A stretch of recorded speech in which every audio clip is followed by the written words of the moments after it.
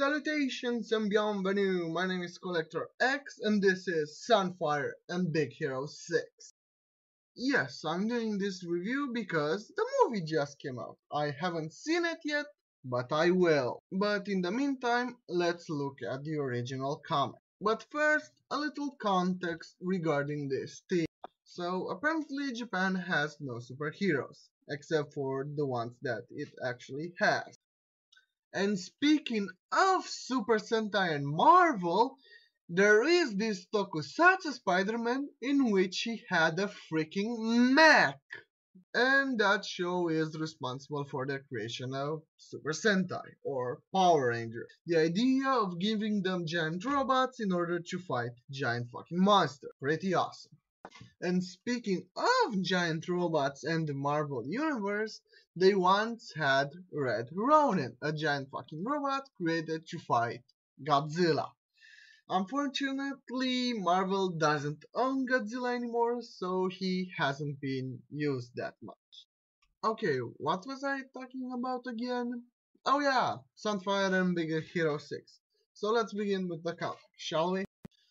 So let's start with the cover. The cover is kinda awesome and I like it. Yes, it's kinda stereotypical team shot, but I kinda like it. We have the Japanese flag in the background and our members. Hero, Baymax, yes, the dragon thing on the cover is Baymax. Honey Lemon, Go Go Go Tamago, Silver Samurai, Strange, I thought he was a villain, enemy of Wolverine, and Sunfire. Overall, great. So we start our comic with something really weird. A funeral for Sunfire. No, this is not going to be a story where it's told through flashback. This is the present. And Sunfire isn't dead. Do you know how I know that? His name is in the fucking title. You cannot start your issue like this.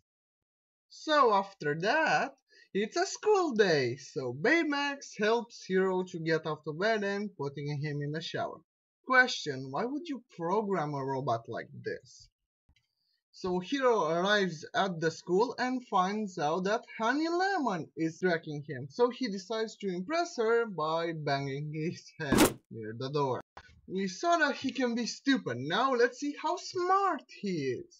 Dear God, I don't know what the fuck those equations are. Seriously, I understand math, but dear God, what the fuck are those things? Oh, and I know that Asians like math and all, but why is this kid crying? And some of the other students are as confused as I am. Dear God, maybe he is a genius after all. So, Hero is sent to the principal office only to meet the Ronin known as Silver Samurai! Sorry, I couldn't help myself. Look at that text, man. How could you not say it like that? I ask of you. How? Who is here to ask Hero to join Big Hero 6? Wait. He is asking him? Okay, 1 second.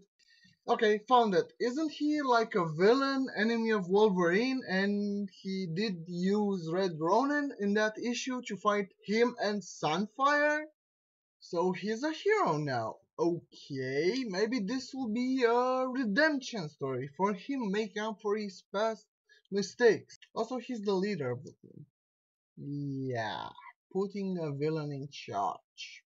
That will end well. Moving on, Silver Samurai shows heroes the various superhero teams from around the world. The Avengers, the Fantastic Four, as well as other teams in the US, but even Canada and Russia have Alpha Flight and the Soviet Super Soldiers as their team, but Japan has none of this, and he wants Hero to join Big Hero 6. Apparently, Silver Samurai asked Hero's mom if he could join. She said no. Mom, can I be in a superhero team? No. If you thought that his mom saying no would result in his exit from the comic, you'd be wrong, because he built a tracker for Sunfire. Baymax isn't believing this. Yes, he says that it's impossible to build a tracker for a human-sized nuclear reactor. Dude, it's the Marvel universe. They have trackers for everything. Mutants, inhumans, gamma monsters, everything. They find Sunfire's hiding place, but he isn't happy to see them. Also, he is sick and dying, and Hero takes it pretty well, kicking and screaming. Also, he loses control of his abilities and kinda sort of threatens Hero, accidentally. So Baymax turns into that thing from the cover. And he looks a bit different from the movie version. What's the word I'm looking for? Oh yeah, creepy. A bit creepy. Still awesome, but creepy. Also, the transformation kinda sucks. There is no in-between mode. That the ones that are on the screens are kinda the same thing, only the fedora is still present. Nothing changes physically. It's like, bam, beast mode. Also, Baymax, you know that you're not helping by turning into your battle mode. You need to stop the battle, not actually start a battle.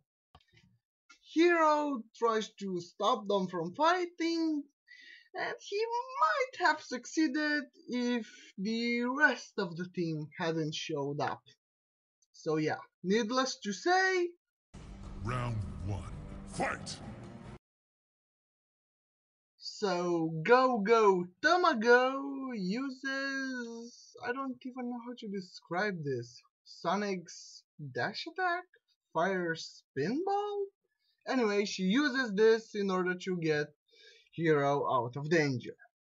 Now that Hero is safe, Honey Lemon pulls something out of her purse in order to contain Sunfire. Also, Hero comments about the size of the purse, so I can do this joke. Smaller on the outside. Okay, that is a first. So Sunfire apparently gets trapped in the piece of paper. Yes, I'm going with paper. After being captured by the paper, Sunfire still struggles to get free, but gets threatened by his cousin, Silver Samurai. Wait, these guys are cousins? Really? Also, nice continuity between the panels. In the first one, we can clearly see that he's still trapped with that paper. In the second one, he is not. So Sunfire decides to prove how badass he is by doing the impossible and destroying the piece of paper that was and wasn't on him. Okay, that was kind of badass, but a bit too much for the dying man. He collapses coughing. So, Hero decides to do the honorable thing and help the dying man instead of, I don't know, attacking him, something that everybody did so far.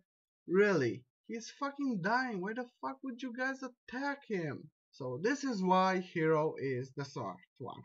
Also, Sunfire's speech is really good.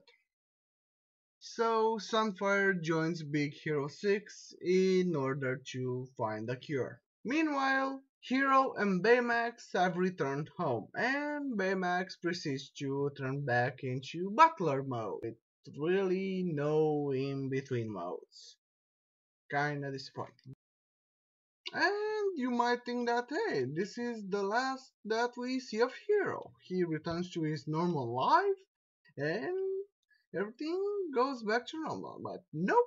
A ghost apparently killed his mom. Also, Baymax is now in beast mode, despite the fact that one panel ago he was in battler mode, so what the fuck? And with that, the first issue of Sunfire and Big Hero 6 ends. So, what do I think about this comic? Overall, it was okay. The plot moves slowly, the art is okay, but it has some problems, continuity issues and straight out errors. But the rest of it, it's okay. It's 90s art. So, how do I rate this comic? Well, I'll give it 2.5 out of 5 Baymax heads. It's Collector X logging out.